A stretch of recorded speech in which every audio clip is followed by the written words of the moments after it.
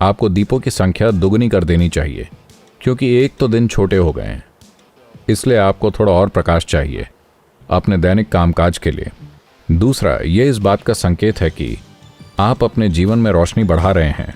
हम इस देश में 125 करोड़ दीप जलाना चाहते हैं, हर किसी के लिए, कम से कम एक दीप हर एक के लिए। हमें इस धरती के हर व्यक्ति के लिए 700 करोड़ दीपक चाहिए। आप इसे अकेले नहीं कर सकते।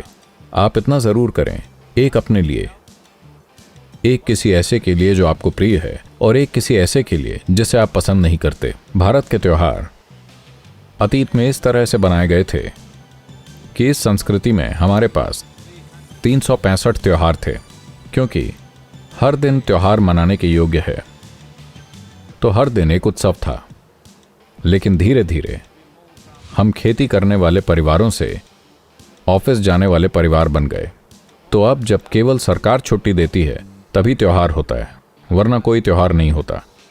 और धीरे धीरे ऐसा हो गया है कि त्योहार का मतलब एक समय था जब पूरा गांव या शहर एक साथ आता था।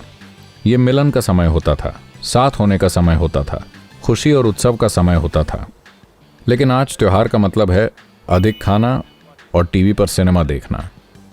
तो ये देखना बहुत अद्भुत है कि त्योहार के नाम पर आप सभी यहाँ इकट्ठा हुए हैं, और एक साथ दीप जलाना बहुत महत्वपूर्ण है, क्योंकि एक दूसरे के लिए दीप जलाना, अपने लिए दीप जलाना हमारे जीवन का बहुत ही महत्वपूर्ण हिस्सा है, जो स्वाभाविक रूप से लोगों को विकास की ओर या उनके परम कल्याण या मोक्ष की ओर न ले जाए। तो इस प्रक्रिया में दीप जलाना महत्वपूर्ण है, क्योंकि मानव अनुभव में हमारी दृष्टि का अनुभव ऐसा है कि हम प्रकाश से ही कुछ देख सकते हैं। तो इस संदर्भ में हमने हमेशा देखा है कि हमारी इन 5 इंद्रियों के अनुभव में प्रकाश हमें संसार का बोध कराने में एक महत्वपूर्ण भूमिका निभाता है।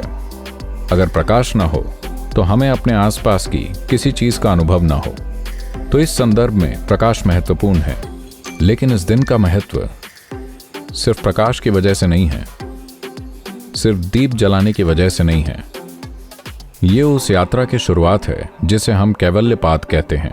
इसी वजह से हमने इस कार्तिक मास को बहुत ही महत्वपूर्ण माना है, क्योंकि ये साधना पाद से कैवल्यपाद की ओर जाने का समय है।